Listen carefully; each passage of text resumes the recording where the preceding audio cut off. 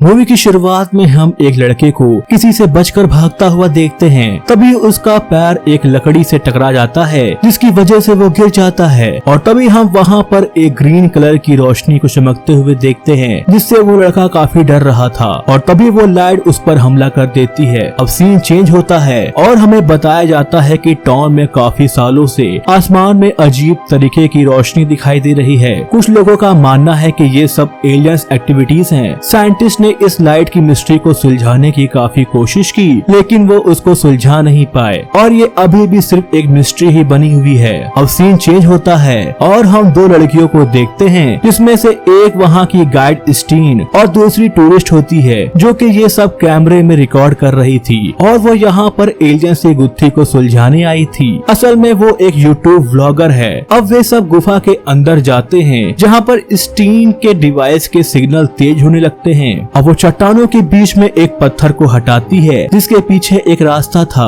अब वो गाइड उस चट्टान को टच करती है जिसके बाद उस गुफा का द्वार खुल जाता है और वो दोनों उसके अंदर चली जाती हैं। वहाँ पर उस व्लॉगर को चट्टान में एक हरे रंग का चिपचिपा पदार्थ दिखाई देता है। उधर गाइड को वहाँ पर एक अजीब सी मशीन दिखाई देती है जिसको छूते ही वो चालू हो जाती है और उसमें एक हरी रोशनी निकल कर गाइड को हिट करती है। वो व्लॉगर स्टीन के पास जाकर उसे उठाती है और उसको ठीक देखकर वापस अपना व्लॉग करने लगती है। लेकिन तभी वो उस गाइड को देखती है जिसकी आंखें अब हरी हो चुकी थी और अब स्टीन उस व्लॉगर पर हमला कर देती है। अब सीन यहाँ से कट होता है और हम सेबेस्टियन नाम के एक लड़के को देखते हैं जो कि एक मल्टीनेशनल कंपनी में काम करता है और आज उसकी एक इन्वेस्टर के साथ एक बहुत ही इम्पोर्टेंट मीटिंग है और अगर उसको वो डील मिल गई तो उसका प्रमोशन हो जाएगा और इसी वजह से सेबेस्टियन काफी नर्वस है। तभी वहाँ पर उसका दोस्त आता है जिसका नाम ओडुन होता है जो कि बताता है कि उसने उसके लिए कल हेस्डेलन में एक बैचलर पार्टी रखी है जहाँ पर वे सब खूब एंजॉय करेंगे। लेकिन सेबेस्टियन को उसका प्लान अच्छा नहीं लगता है। तभी वहाँ पर वो इन्वेस्टर आ जाता है जिसका नाम कैस्पर होता है। अब सेबेस्टियन उसके सामने अपनी प्रेजेंटेशन रखता है लेकिन कैस्पर उसकी बातों से बोर होकर वहाँ से चला जाता है। सेबेस्टियन उसे रोकता है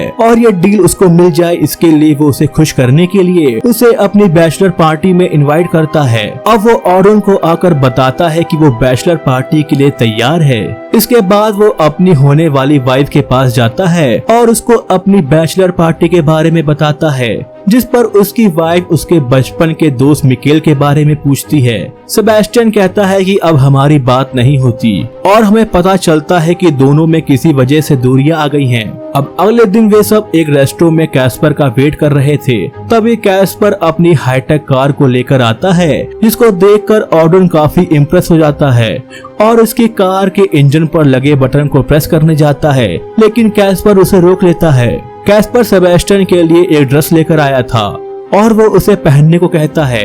सेबेस्टियन उस ड्रेस को देखता है तो वो ड्रेस एक बियर की थी जिसको वो पहनकर बाहर आता है तो उसे माइकल दिखाई देता है जिसको कि उसकी फियांसे ने उसकी बैचलर पार्टी के लिए इनवाइट किया था। लेकिन सेबेस्टियन उसे देखकर खुश नहीं होता। अब वे सब गाड़ी में बैठकर बैचलर पार्टी के लिए हेस्डेलन के लिए निकल पड़ते हैं।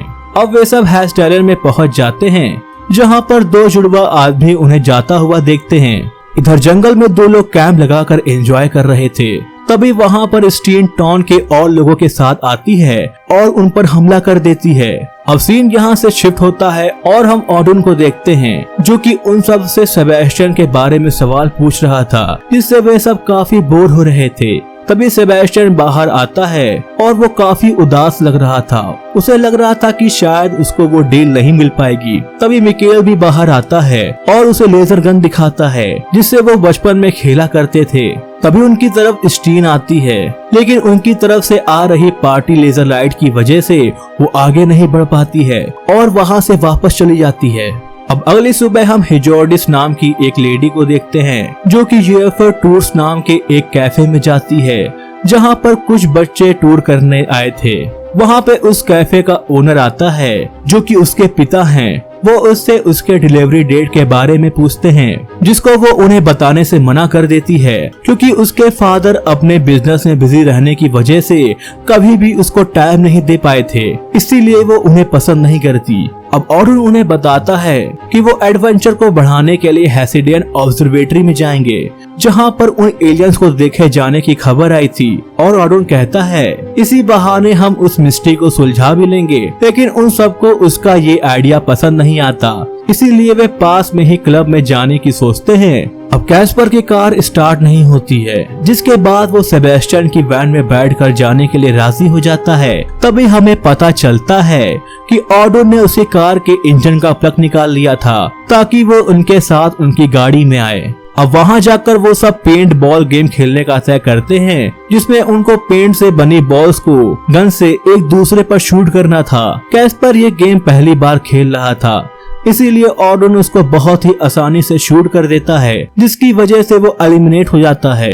तभी मिकेल, ऑडोन और सेबेस्टियन में बहुत ही टक्कर की फाइट होती है। तभी सेबेस्टियन को लगता है कि मिकेल उस बिल्डिंग में है और वो उसे शूट कर देता है, लेकिन तभी उसे पता चलता है कि मिकेल तो उसके पीछे ही है। इसके बाद वो ये बात सबको बताता है और वे सब उस बिल्डिंग में जाते हैं, जहाँ पर उन्हें लगता है कि वो आदमी मर गया है। ये वही जुड़वा भाइयों में से एक था जो कि टाउन में आते वक्त उनको देख रहा था। तभी वो आदमी होश में आ जाता है और उसकी आंखें भी चमक रही थी। अब वो उन पर हमला करने लगता है। मिकेल उसे गन से हिट करता है, जिसकी वजह से वो जमीन पर गिर जाता है। उन्हें लगता है कि वो मर गया है, इसीलिए वो वहाँ से भागते हैं, लेकिन उनकी गाड़ी स्टार्ट नहीं हो रही थी। तभी वे देखते हैं कि किसी ने उनकी वैन का इंजन निकाल लिया है और इसके साथ ही इन सब के सेल फोन भी चुरा लिए हैं, जो कि वैन के अंदर रखे हुए थे। और इसी वजह से अब वो मदद के लिए किसी को भी नहीं बुला सकते थे। अब वे सब उस हैसिडियन ऑब्जर्वेटरी की तरफ जाने लगते हैं ताकि वो वहाँ किसी से मदद मांग सकें। वहाँ पहुँचने पर वो देखते हैं कि वो जगह बिल्कुल खाली है, जबकि वो एक टूरिस्ट प्लेस है। अब सेबेस्टियन और मिकेल अंदर जाने का तय करते हैं और बाकी सब बाहर खड़े होकर नजर रखेंगे, ताकि अगर कोई भी अंदर आए तो वो उन्हें इन्फॉर्म कर सकें। अब वे दोनों अंदर जाते हैं और फोन को ढूंढते हुए एक रूम में पहुंचते हैं। तभी सेबेस्टियन को वहां पर एक मैप मिलता है जिसमें कई मार्क्स बने हुए थे। तभी वहां पर एक गाड़ी आती है जिसमें स्टीन और जुड़वा आदमी होता है। इधर मिकेल को फोन मिल जाता है और वो पुलिस को फोन करता है, जिसको कि हिजोडिस उठाती है। मिकेल कहता है कि वो खतरे में है क्योंकि उनके ऊपर एक इंसान ने हमला किया था जिसकी आंखें हरे रंग से चमक रही थी। लेकिन हिजोडिस को लगता है कि वो उसको एजेंट के बारे में बताकर उससे मजाक कर रहे हैं और वो इसीलिए फोन काट देती है। इधर पेले सेबेस्टियन और मिकेल को सावधान कर देता है, जिसके बाद वे उनसे बचते हुए एक स्टोर रूम में आ जाते हैं और वहाँ पर वो खुद को किसी तरह से छुपाते हैं, जहाँ पर जुड़वा आदमी एक लाश को उस रूम में फेंक देता है। तभी सेबेस्टियन घबराहट के कारण आवाज कर देता है, जिसके बाद वो चेक करने के लिए नीचे आने लगता है। सेबेस्टियन लाश बनने की एक्टिंग करता है और मिकेल उस पर चूहा फेंक देता है, जिसको देखकर उस आदमी को लगता है कि वो आवाज चूहे की वजह से आई थी और फिर वो वहाँ से चला जाता है। अब सेबेस्टियन और मिकेल वहाँ से बाहर आते हैं और सबको बताते हैं कि वो एलियंस थे और इसके साथ ही बेसमेंट लाशों से भरी पड़ी है, जिसे सुनकर वो सब काफी डर जाते हैं।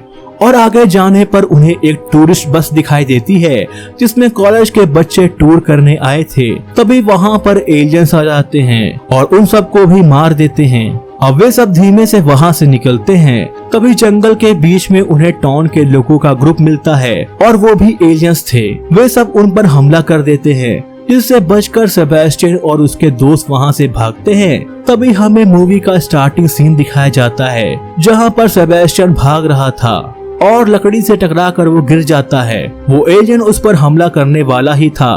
तभी मिकेल उसे अपनी लेजर गन से शूट करता है, जिसकी वजह से उसके अंदर से हरी रोशनी निकलती है और हमें पता चलता है कि एलियन इसी रोशनी की मदद से लोगों को अपने काबू में कर रहे थे। अब मिकेल उस रोशनी को भी शूट कर देता है। अब सेबेस्टियन और मिकेल वहाँ से भागते हुए ऑफिसर हिजोडिस के पास आ जाते हैं और उन्हें बताते हैं कि एलियन ने उन पर हमला किया है। इसके अलावा वो उसको ये भी बताते हैं कि एलियंस ने एक बच्चों से भरी टूरिस्ट बस पर भी हमला किया है, लेकिन हिजोडिस उसकी बातों पर यकीन नहीं करती है और वो उनको बहाने से एक रूम में लॉक कर देती है और कहती है कि मेरे कलीग के आने तक तुम एसी में बंद रहोगे। अब कलीग के आने के बाद हिजोडिस उनको कमरे से बाहर निकालती है। सेबेस्टियन और मिकेल देखते हैं कि उस कलीग के साथ वही जुड़वा आदमी है जो कि एजेंट के कब्जे में है। मिकेल अपनी गन से उस पर शूट करता है तो पता चलता है कि वो ऑफिसर भी एलियंस के कब्जे में था। अब वो जुड़वा आदमी उन पर हमला करता है, लेकिन वे उसे गन पॉइंट में लेकर उसे पकड़ लेते हैं। इधर हेरोडिस भी ये सब देखकर काफी हैरान थी और वो मदद मांगने के लिए हेडक्वार्टर्स में फोन करती है। इधर वो एलियन बाकी साथियों से कांटेक्ट करके फोन सिग्नल्स टावर को उड़वा देता है। हेरोडिस फोन ना लगने पर लैंडलाइन से फोन करने का ट्राई करती है, लेकिन उन्होंने उसको भी डेड कर दिया था। अब ये सब देखकर मिकेल समझ जाता है कि ये सब उसी एलियन ने किया है और फिर वो उसको भी अपनी लेजर गन से शूट कर देता है। अब हेरोडिस के कलीग को होश आ जाता है, जो कि अब नॉर्मल हो गया था। वो उन्हें बताता है कि वो जब आखिरी बार होश में था तब वो एलियंस टाउन के सभी लोगों को अपने अड्डे पर लेकर जा रहे थे। ये सुनकर हेरोडिस उन सबको अपने फादर के क्लब में लेकर आती है और उनको सारी बात बताती है। अब वो सेबेस्टियन और मिकेल से मदद आने तक उनके साथ क्लब में ही रुकने को कहती है, लेकिन वो अपने दोस्तों को बचाने के लिए हेरोडिस की कार को लेकर निकल जाते हैं। सबसे पहले वो दोनों उस क्लब में जाते हैं जहां पर वे पेंटेड बॉल्स गेम खेलने गए थे, क्योंकि वहां पर उनकी वैन में मिकेल का लेजर गन की पूरी किट रखी थी। और मिकेल उन सभी एलियंस का ध्यान भटकाता है और सेबेस्टियन उस किट को लेने जाता है, जहां पर दो एलियंस उसकी तरफ आने लगते हैं। सेबेस्टियन लेजर गन से उनको शूट करता है, लेकिन वो गन काम नहीं करती। तभी मिकेल कार से उन दोनों को हिट कर देता है।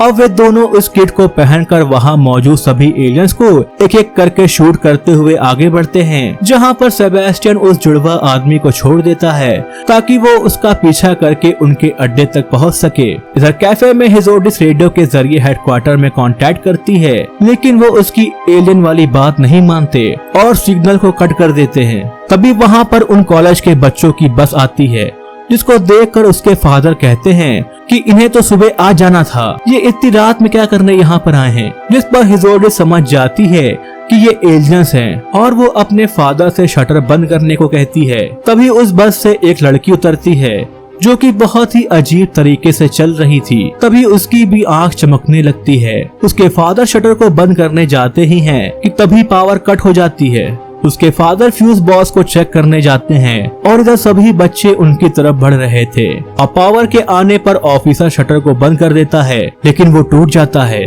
अब सीन यहाँ से शिफ्ट होता है और हम कैस्पर, ऑर्डून और पेले को एक एलियंस के अड्डे पर देखते हैं, जहाँ पर वे एक आदमी को एक जगह पर खड़ा कर देते हैं और फिर उसे एक मशीन की मदद से उसमें हरी रोशनी के गोले को शूट करते हैं, जिसके बाद वो भी उन एलियंस के कब्जे में आ जाता है।